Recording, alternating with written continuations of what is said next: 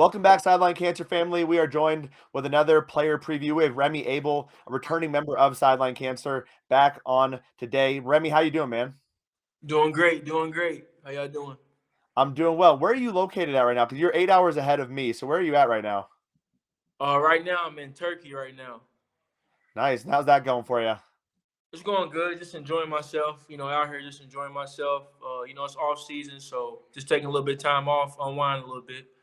Yeah, because most people, when I'm talking to players before they're coming back for a TBT, I'm trying to coordinate with them getting back to the States and what time zones they're in. And you were just consistently in Turkey the whole time. So you're like, cool, I'll just hang out here for a while, enjoy myself. When are you coming back to the States? So I'll probably be back at towards the end of this month or beginning of the next month. I love that, man. I've never been to Turkey. Is it as amazing as I've heard? Yeah, it's nice. It's really nice. It's definitely nice. Yeah, I like it a lot. It's just too much traffic here. It's a lot of traffic, but other than that, it's good. It's nice. I like it. Awesome, man. Well, we have a lot to cover today. I want to hop into kind of your early playing career. You originally committed to Bradley. You got released from that, weren't able to commit to Indiana, and you ultimately transferred to Xavier. Let's start with Indiana, though. Why did you ultimately commit to Indiana? What led you to decommitment from Bradley? I mean, the decommit from Bradley just happened really because the coach got released. I had a visit there. I liked it a lot. Teammates was good.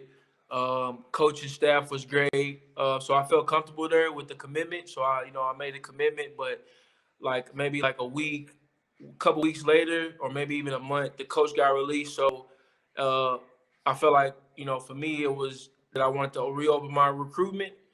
And man, like Indiana just kind of just happened out of nowhere. Really, they was recruiting me a little bit, but not really much. But we had like a game, like my senior year, we had like a regional game, and um, Coach Tom Crean, who was the coach there at the time, he showed up. I played good, and after that, I had went on a visit there, and I mean, I liked it. I liked it from the jump. Just the campus was nice. Um, I met some of the teammates. They was cool. Indiana is It's a basketball school. Amazing program. A lot of history there. A lot of great guys played there. That's in the NBA. And it's good for academics. That was one thing that my mom was really big on was just the academics part. So it was good on academics. And then, like I said, Coach Crean, he's a Hall of Fame coach, future Hall of Fame coach. Coached a lot of great NBA guys.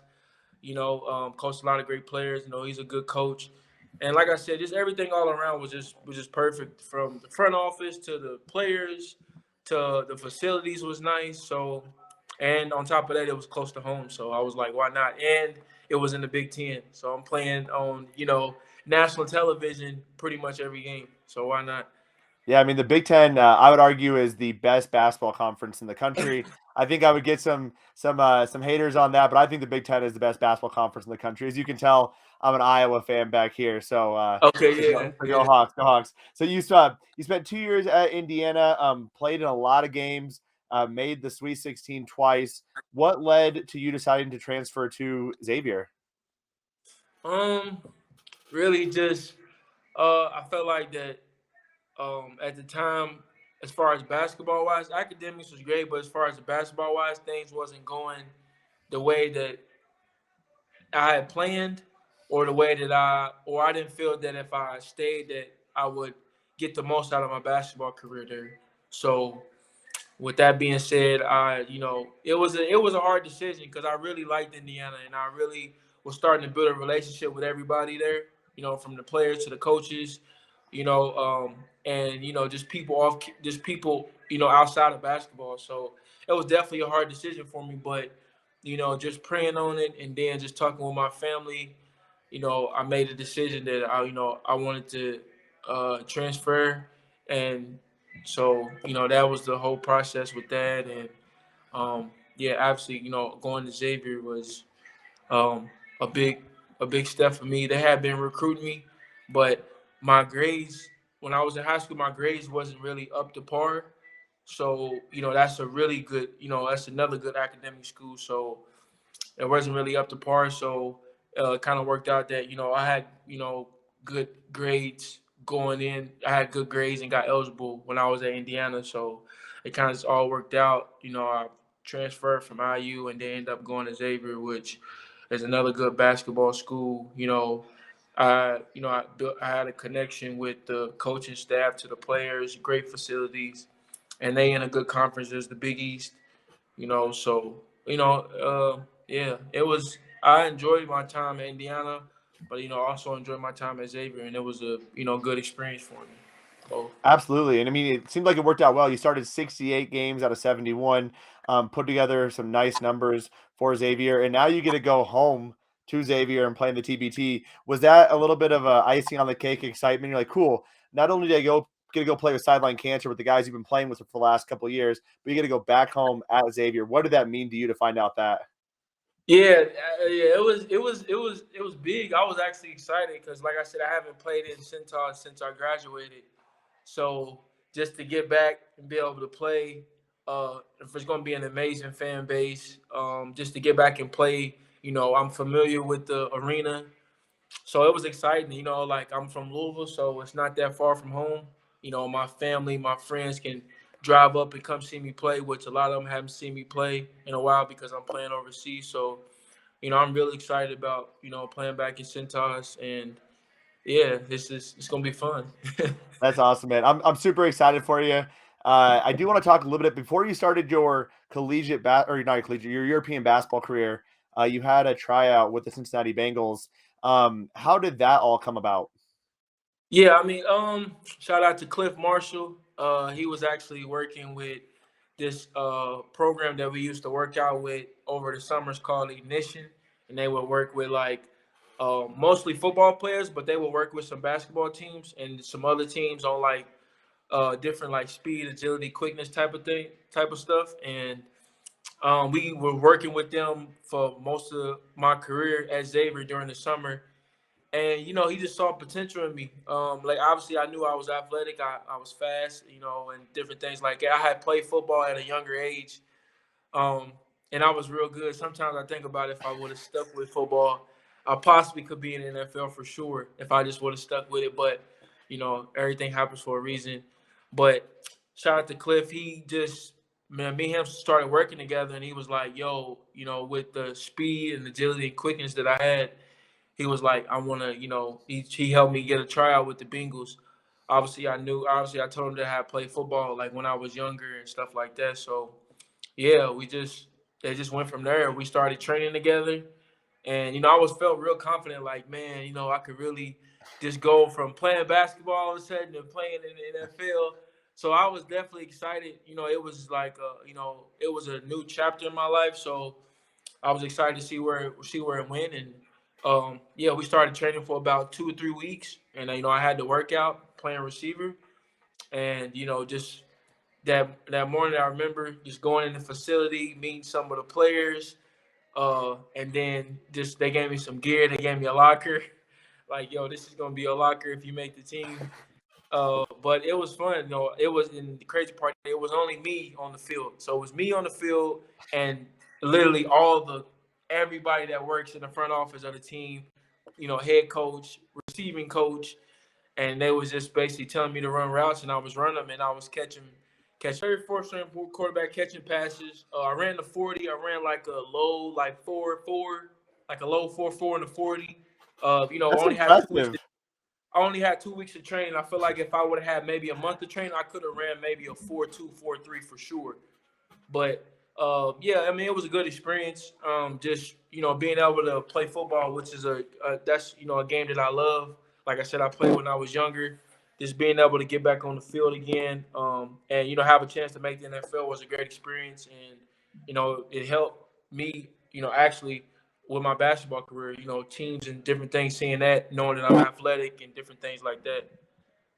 So Yeah, I don't think people realize how fast a 4.4 is and how impressive that is to do with 2 months or 2 weeks training and also going from basketball to football. You're not typically just sprinting 40 yards in basketball. That's a very impressive feat, man.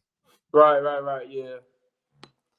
That's wild. So after football, then you obviously were getting some calls for basketball. You spent several years over in Europe. You played in Finland, Hungary, Bosnia, Turkey.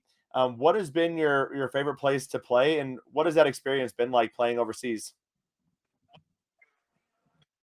It's been good. I play, like I said, I played in Finland. Um, yeah, I'd probably say like one of my favorite places is probably Hungary because I played there the longest. I played in Hungary for 3 years. Met a lot of good people off the court. I played for the same team. I won a championship with them. Um, the coach that was there, I played for him for 3 years. Me and him have a connections, and I play with a lot of great players. That's obviously Hungarians and that's obviously like American, so foreign players. So yeah, I probably say like Hungary is one of like probably my favorite places I played. Budapest is the capital, it's extremely nice. I like it there. So yeah, I'll probably say that's one of my favorite places to play. Obviously Hungary's it's a good league, good respectable league. As far as my experience overseas, it's been good. I feel like, uh, if you really gotta love basketball to play overseas, like if you don't really love basketball, then I don't think overseas for you because being away from home for 9, 10 months is different. Like you gotta really you find stuff about yourself that you didn't know that you could find about yourself because you alone a lot of the times. You can't wake up and just go hang with your family and friends and different things like that. So I think it really just helps you grow as a person, just being over here. And yeah, I mean it's been good. I mean this is just finished my 6 years, so I'm pretty used to playing over here. I like it over here. I like it in Europe. Um, I've met connections and different things like that, off the court and on the court. So I like it over here. I'm doing something I love to do, so I can't complain. And yeah, it's been a pretty good experience. I love that, man. And obviously, you love it because you're staying in Turkey right now. Again, I talked about like when I talk to players who are getting ready for TBT, when the season's over. I mean, it's like the next morning they're gone. So the fact that you're saying you clearly seem to enjoy it. What's in the cards for you in the future? Then, how long do you want to be playing overseas? Um, Man, I thought about that, maybe like last year or even this year.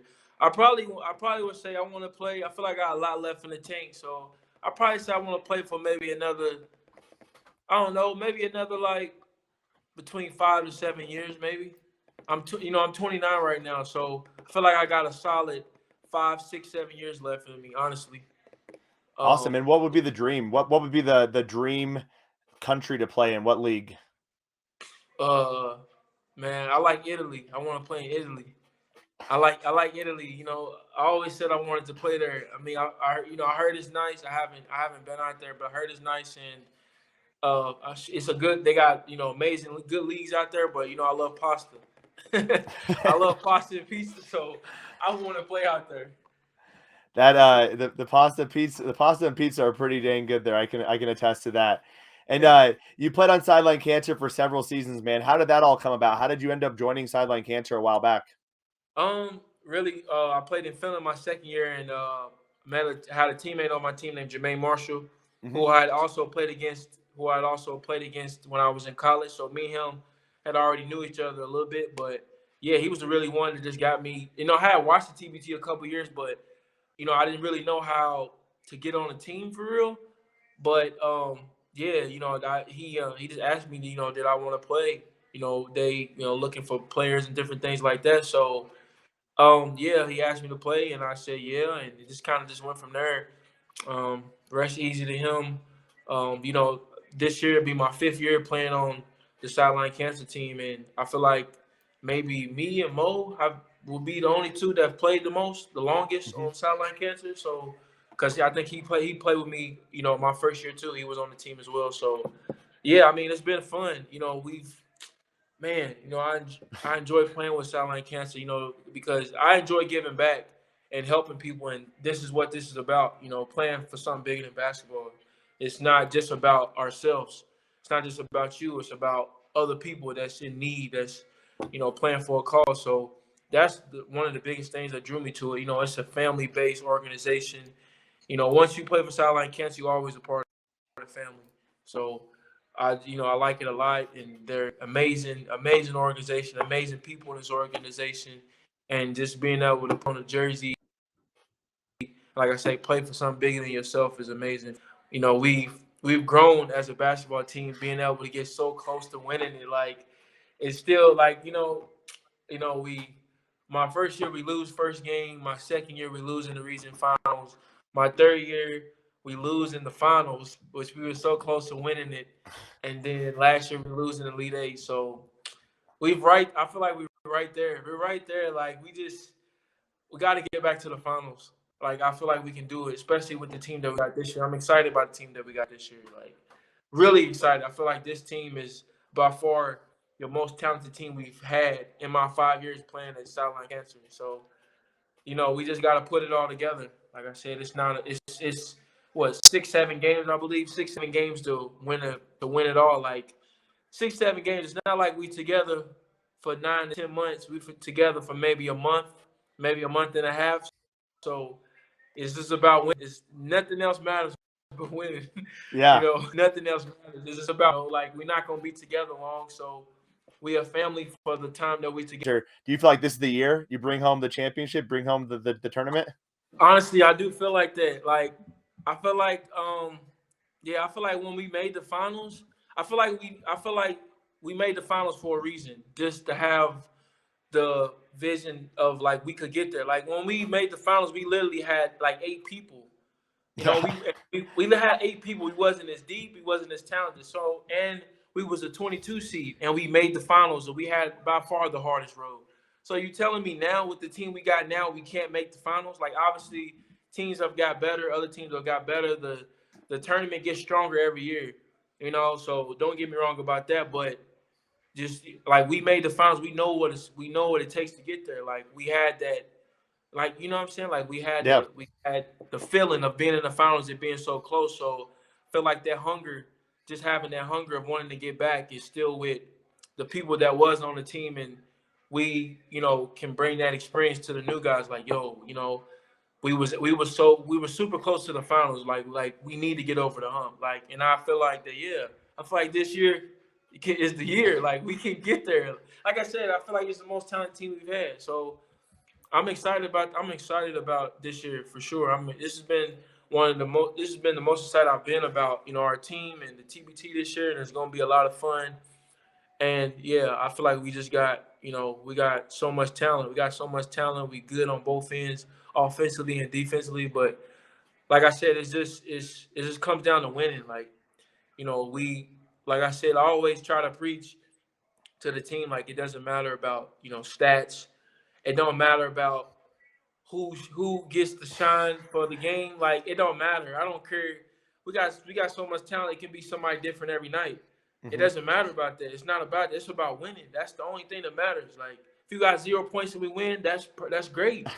Compared to if you have 40 points and we lose, nobody cares. Like nobody cares, bro. Yeah, We tournament's going over. tournament's over. So that's what it's about. It's about winning, yo. Playing together as a team, leaving the egos aside, and just playing for a cause, and then playing for one another and playing to win. That's the only thing that matters. So I feel like if everybody's on the same page with that, we got a great chance of winning. Yeah, and you're absolutely right. I mean, there could be a different weapon every single night. It's going to be tough for teams to defend that, especially on a short turnaround in that tournament format. So let's turn our attention to. We always wrap these interviews up with some like easy questions, some superlative type of stuff. Who is your favorite superhero? Uh, probably, probably, probably Wolverine because he never dies. All right, you're the first person I've asked that question to probably 50, 60 people. You are the first person to say Wolverine. I love that. What is your favorite thing to do outside of basketball? Um, I like playing video games. Usually, just maybe play 2K. I mean, if I'm back home hanging with family and friends, but I mean that's really it. I like to. I mean, go out to eat or something. Like go see like sightseeing and stuff. When I'm over here, I like to do a lot of sightseeing. So, yeah. Awesome. What is your favorite go-to song? What is your pump-up song before a game? Oh man, I got a lot of them. Do Because you I have like a really favorite don't have artist? my favorite artist is NBA YoungBoy. Okay. Okay, but man, as far as the pump up song, I don't know, it's really different. It's really different every game. Like I could slow it down and go more like R&B, like slower music, or I could like speed it up and go, more faster music. So, man, if I had to choose one, I don't know. I'd probably say, I don't know. That's tough. Probably Untouchable. Untouchable by NBA YoungBoy. Okay, all right. And what is your favorite food? You mentioned pasta. Is that your favorite? Yeah, it's probably my favorite. Pasta, chicken Alfredo, or maybe chicken fingers and fries.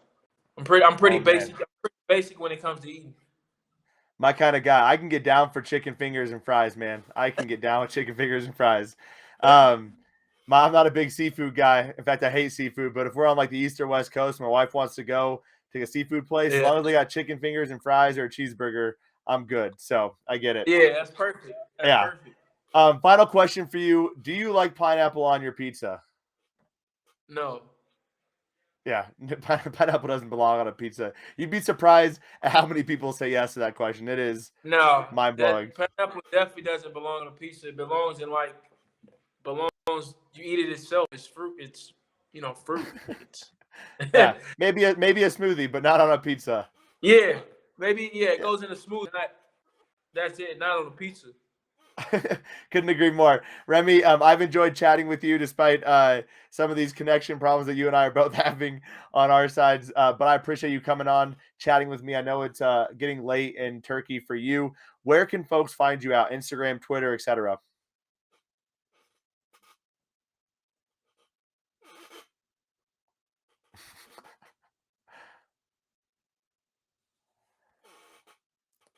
It's all good. We're we're good. I'll see you later. Yeah. So that'll do it for our interview with Remy. You can find him on Instagram at 23 Abell, Abell, and make sure to follow Sideline Cancer and make sure to donate to the cause. Thank you all for tuning in to another player preview of Sideline Cancer. Have a fantastic day, y'all. We'll catch you next Wednesday.